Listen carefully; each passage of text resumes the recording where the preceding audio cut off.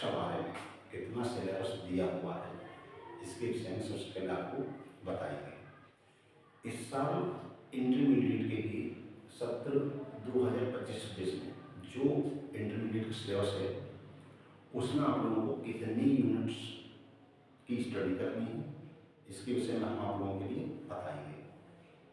तो प्यारे विद्यार्थियों, आपका जो सिलेबस इस साल दिया गया है उसमें सबसे पहला यूनिट आपका सॉल्यूशन है। सॉल्यूशन बहुत ही इम्पोर्टेंट यूनिट है जिसमें से लगभग 6-7 नंबर के क्वेश्चन आपके बोर्ड क्लास में पूछे जाते हैं, बोर्ड परीक्षाओं में पूछे जाते हैं। इसके बाद जो आपका सेकेंड यूनिट है वो इलेक्ट्रोकेमिस्ट्री वैद्युत रसायन का है।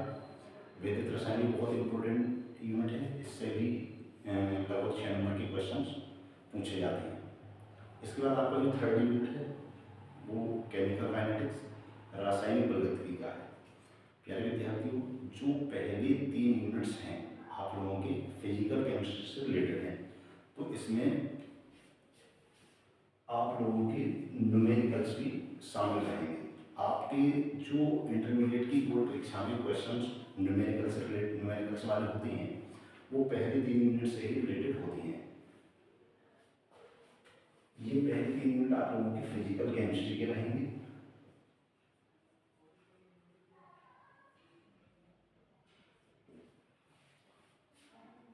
इसके बाद जो आपका 4th यूनिट है वो डी ब्लॉक और ए ब्लॉक का है, और 5th यूनिट जो है आपका कोऑर्डिनेशन कंपाउंड्स का है। जो 4th और 5th यूनिट है वो आप लोगों के इनऑर्गेनिक केमिस्ट्री से रिलेटेड रहेंगे। Inorganic chemistry.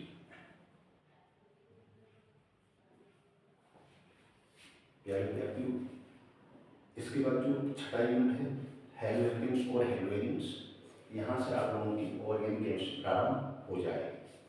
हेलोवेरिन्स के बाद आपका जो 7वां यूनिट है उसमें एल्कोहल्स, फिनॉल्स एंड ईथर्स दिए गए हैं। यानी 7th यूनिट में आप 3 टाइप के कंपाउंड्स की स्टडी करोगे, जिसमें कि एल्कोहल्स दिए गए हैं। एल्कोहल्स के अंतर्गत जो है आप लोग मेथाइल एल्कोहल, एथाइल एल्कोहल और ग्लिसरॉल की स्टडी करेंगे। फिनॉल्स दिया गया है, फिनॉल्स एक एरोमेटिक कंपाउंड है। ईथर में आप लोग डायथील ईथर के लिए पढ़ेंगे, जिसमें डायथील ईथर की केमिकल प्रिपरेशंस उसको किस तरीके से प्रिपेयर किया जाता है, उसकी फिजिकल प्रॉपर्टीज, केमिकल प्रॉपर्टी और उसके यूजेस क्या है, इसके विषय में आप विस्तार से स्टडी करेंगे। 8वां यूनिट ऑर्गेनिक केमिस्ट्री का सबसे बड़ा यूनिट है, और इसमें रिएक्शन का बहुत ज़्यादा पोर्शन दिया हुआ है, क्योंकि इसमें जो कंपाउंड्स हैं वो सबसे ज़्यादा कंपाउंड्स दिए गए हैं।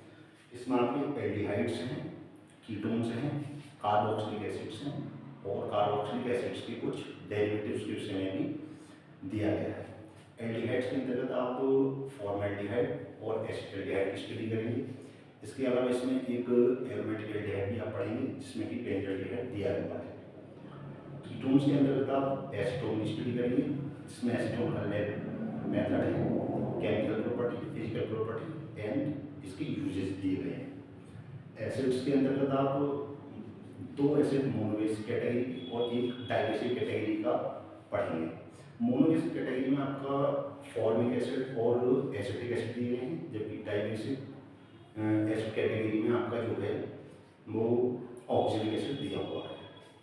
ऑक्जेलिक एसिड की केवल केमिकल प्रॉपर्टी और यूजेज ही दिए गए हैं, इसका प्रिपरेशन का मेथड आप लोगों के सिलेबस में नहीं है। डेरिवेटिव्स के अंतर्गत आप जो है वो एस्टर्स हैं, एमाइड्स हैं, एनहाइड्राइड्स हैं, एसिड हैलाइड्स हैं, इसके विषय में स्टडी करेंगे। जो आपके सिलेबस का 9वां यूनिट है वो नाइट्रोजन कंटेनिंग कंपाउंड्स है, यानी कि कार्बनिक यौगिक कुछ इस प्रकार के भी होते हैं जिनमें नाइट्रोजन एटम प्रेजेंट होता है, जैसे कि हमारे प्रोटीन्स हुए, हार्मोन्स हुए, विटामिन्स हुए और एमिन्स भी यहाँ दिए गए हैं। इसके बाद यूनिट नंबर 10 जो कि लास्ट यूनिट है बायोमोलिक्यूल्स का है। बायोमोलिक्यूल्स का कुछ सिलेबस जो है वो आपके क्या कहते हैं बायोलॉजी से रिलेटेड रहेगा। तो बायोमोलिक्यूल जो है वो मैथमेटिक्स और बायोलॉजी वालों के दोनों के लिए जो हमारी स्टडीज की करनी है, ये भी जो है वो काफ़ी विस्तारित दे रखी है। इसमें 5 सेगमेंट आपके रहेंगे, जिसमें कि आप लोग कार्बोहाइड्रेट्स हैं, प्रोटीन्स हैं,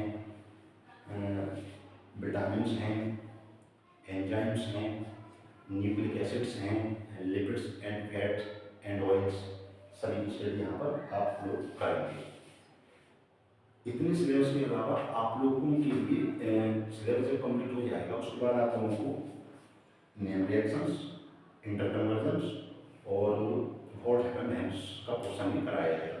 नेम रिएक्शन में वैज्ञानिकों के नाम के आधार पर बहुत सारी रिएक्शंस दे रखी हैं, जैसे कि रायमार्टिन रिएक्शन है, वुड्स रिएक्शन है, वुड्स फिटिंग रिएक्शन है, कोल्बी रिएक्शन है, गार्डनर aldehyde synthesis type reactions name reactions के अंतर्गत आप पढ़ेंगे।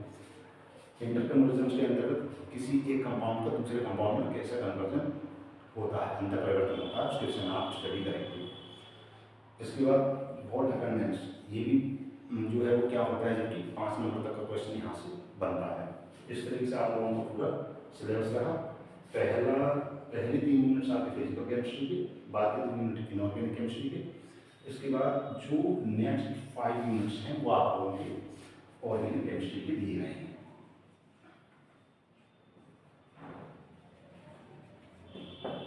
इस तरीके से क्या है, हमने आप लोगों का होल सिलेबस आपको कवर कराया है। इसके बाद बहुत जल्दी हम आप लोगों के लिए नेक्स्ट वीडियो में आपके लिए फर्स्ट यूनिट का जो है लेक्चर फर्स्ट प्रारंभ करेंगे। धन्यवाद।